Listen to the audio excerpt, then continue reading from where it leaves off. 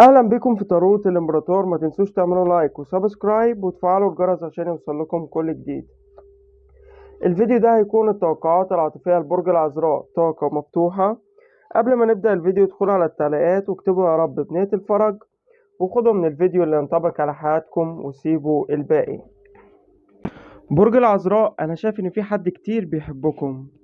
في حد ممكن يكون عايز يرتبط بيكم او عايز يعترف بحبه ليكم، سواء كانت اعتراف بالحب لو كانت علاقة كراش، أو لو كانت علاقة حب الشخص ده عايز يتقدم ليكم، أو حتى اتنين مرتبطين أو متزوجين وزي ما يكون في فرصة جديدة محتاجة إن هي تتولد في العلاقة دي. في شخص هنا زي ما يكون جواه مشاعر حب غير عادية، بس هو مش بيبينها ليكم.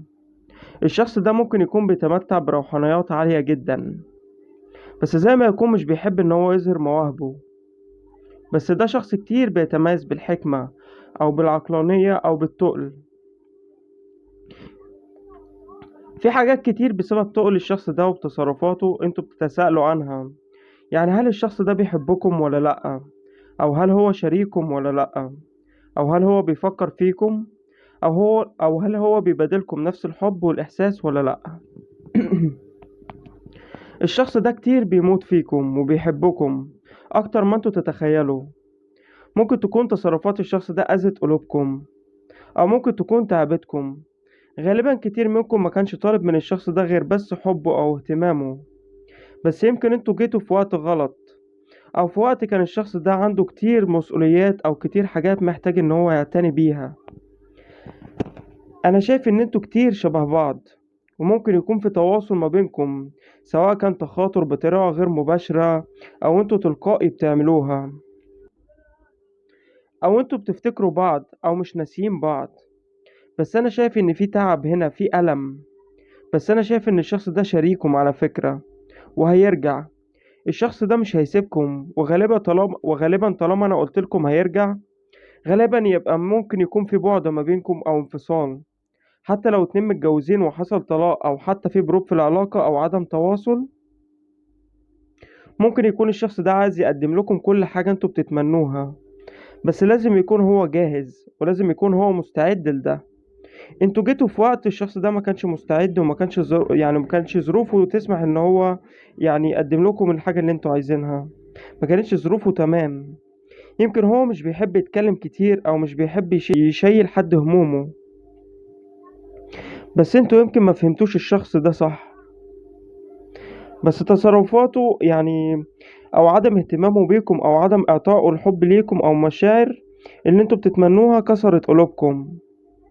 انتوا كتير منكم، مش هقول انتوا نسيتوا الشخص ده، بس يمكن العلاقة دي بقت ورا ظهركم، او فقدتوا الامل ان هي ترجع من جديد. بس في حاجة، ممكن يكون في تدخل من ربنا هيحصل. ممكن يكون في فرصة جديدة هتتولد من جديد للعلاقة دي، او بداية جديدة. بس انتوا كتير شبه بعض او لايقين على بعض. بس انتوا يمكن كتير عارفين قيمة نفسكم، ويمكن ماشيين بمبدأ اللي عايزنا هيكون موجود وهيكسب حبنا، واللي مش عايزنا تصرفاته هتبين ده، ان هو عايزنا ولا لأ. الشخص ده ممكن يكون عنده مشاكل كتير وضغوطات كتير في حياته. الشخص ده يمكن عارف قد ايه انتوا مميزين، او مليون من يتمناكم، بس مش بيبين ده. الشخص ده ممكن يكون كتير غيور. الشخص ده على فكرة بيفكر فيكم كتير. الشخص ده ممكن يكون حاول يدور عليه، يعني على اللي شبهكم، بس ملقاش. هو عارف ان انتوا زي ما يكون عملة نادرة في الزمن ده.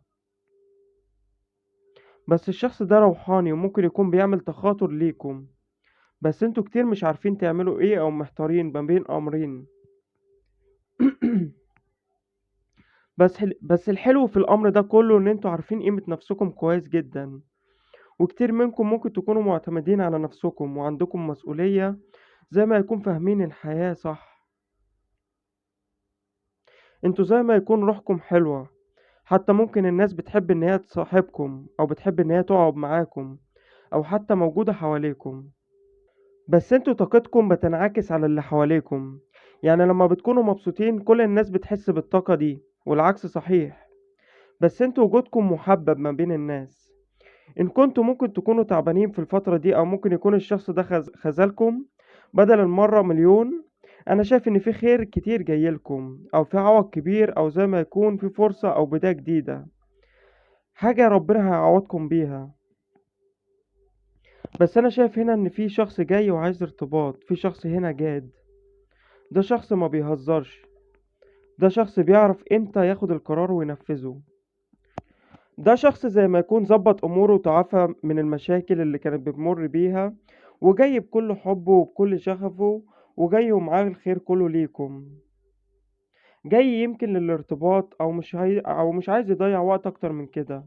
الشخص ده يمكن لما هيوصل لكم مش هيضيع وقت، وهيعترف بحبه، وهيفهمكم على كل حاجة، وهيوضح الأمور إن هو ليه يتصرف كده، وكان بيحس بإيه في البعد، وهل هو كان بيفكر فيكم ولا لأ.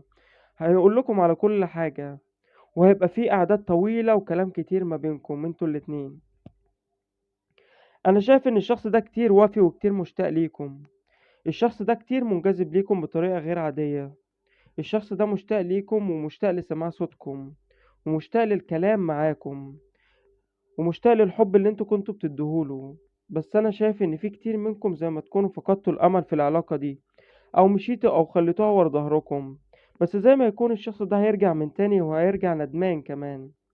بس انتوا هيبقى في ايديكم القرار ان انتوا ترجعوا او لأ. اكتبولي في التعليقات، هتوافقوا ان لو الشخص ده رجع هتوافقوا ان انتوا ترجعوا له من تاني ولا لأ. ولو عجبتكم القراءة ما تنسوش ان انتوا تعملوا لايك للفيديو واشتراك في القناة.